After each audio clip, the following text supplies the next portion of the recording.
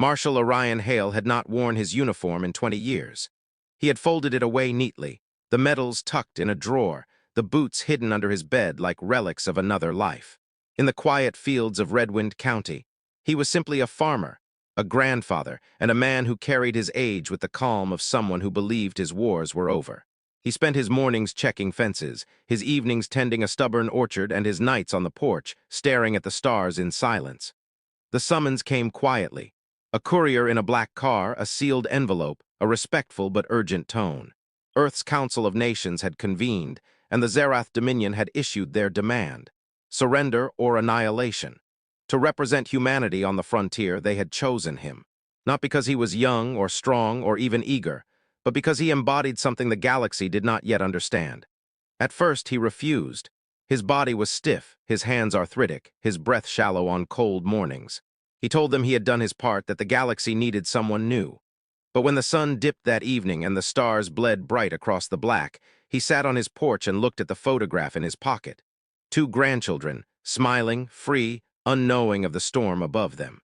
Hale sighed heavy and low and whispered into the dark, "One more march." The Dominion expected humiliation.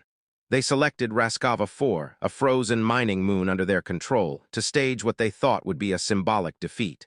Hale, they assumed, would falter. The old human would stumble, his forces would break, and Earth's spirit would be crushed in front of the galaxy. The shuttle touched down on that wasteland of ice and wind. His squad disembarked first, young soldiers, barely more than children, their eyes flickering between fear and determination. Lieutenant Arden, the youngest of all, approached Hale as he stepped onto the frozen rock. "Marshal, with respect, sir, this is madness. 30 enforcers against us." Hale spat a sunflower seed into the snow. 30 targets, he replied calmly. "Keep your head down, don't get stupid. Stupid gets you dead. Patience kills faster than bullets." They made camp in the crags above the garrison. Below them, the enforcers drilled. Towering reptilian brutes, armored in shimmering plasma, their claws clicking against stone. They laughed in guttural tones, mocking their human opposition. To them, it was already over. That night, Hale walked alone into the snow. He carried his rifle, old and battered, a kinetic relic from another age. He touched the worn stock as if it were alive. Kneeling in the frost, he placed a series of salvaged Dominion beacons, reprogrammed to emit phantom signals, false heat signatures, and whispers across enemy comms. By dawn, the battlefield was haunted before the first shot was fired. When it began quietly. Hale lay prone in the snow, cheek pressed to the rifle, breath steady.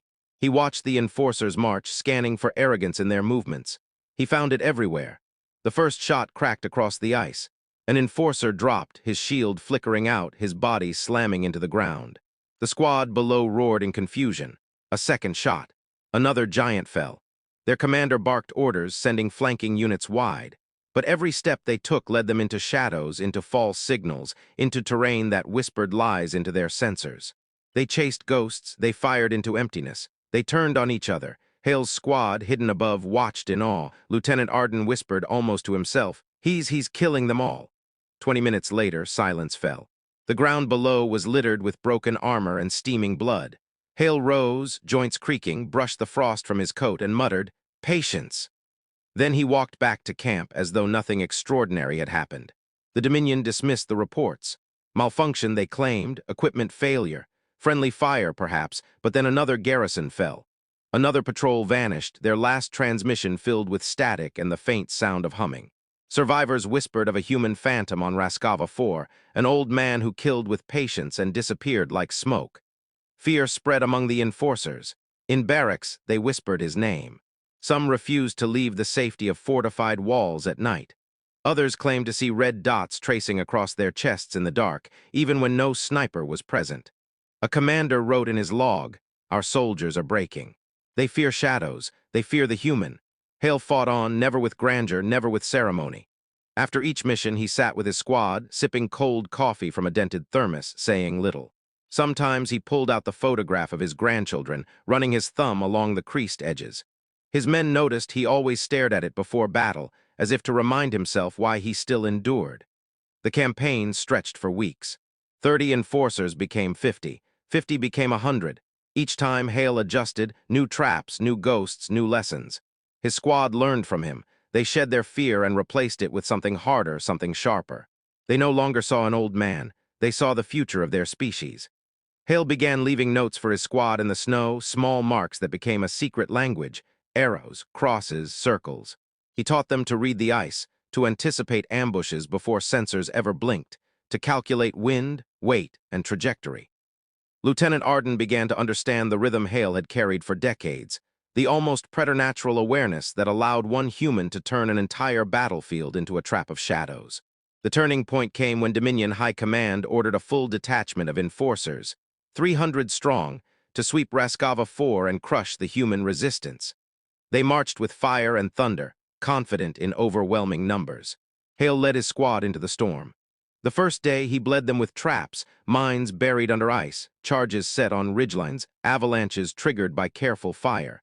Dozens fell before they ever saw a human face. The second day, he bled them with ghosts, comms filled with laughter, sensor grids scrambled, phantom squads leading them in circles. By the third day, the enforcers were firing blindly, striking at shadows, turning their weapons on each other in panic. At night, Hale whispered across their comms in a low, gravelly voice, "You wanted humans to bow, instead you kneel." When the Dominion finally pulled their surviving troops from Raskava 4, they did so in silence. Their war doctrine, built on fear and inevitability, had cracked. For the first time in their history, they issued a retreat order, not because of armies, not because of fleets, but because of one human and the legend he carried with him. Hale returned to Redwind County. He fixed his fences. He walked his fields. He held his grandchildren close. To his neighbors, he was again the quiet farmer. To the galaxy, he was something else. In Dominion War academies, cadets were shown footage of enforcers falling in the snow. Instructors warned them in hushed tones. This is what one human can do. And in the dark corners of every barracks, the soldiers still whispered his name with dread. On Raskava 4, the legend was carved into the ice. The first time the galaxy learned that humans would not bow. On the stock of his rifle, worn smooth by his hand, 3 words remained, etched deep enough to outlast him. Humans endure forever. Hale's legend did not end with victory alone. Scouts reported that entire Dominion units hesitated even to move, questioning shadows where none existed. Planets whispered of the human sniper, and the galaxy slowly realized that strategy alone could not contain a species that adapted, endured, and fought with memory, instinct, and stubbornness.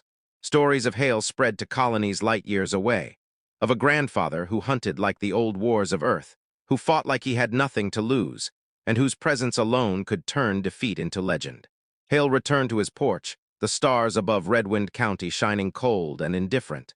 He smiled faintly, watching the wind shift the trees in the orchard. Somewhere in the galaxy, the Dominion recalibrated, rewrote tactics, and remembered that one human could change everything. And somewhere else, a young Earthling boy ran through the snow, imagining himself as Hale, rifle in hand, ready to inherit the first legend of humanity's rise.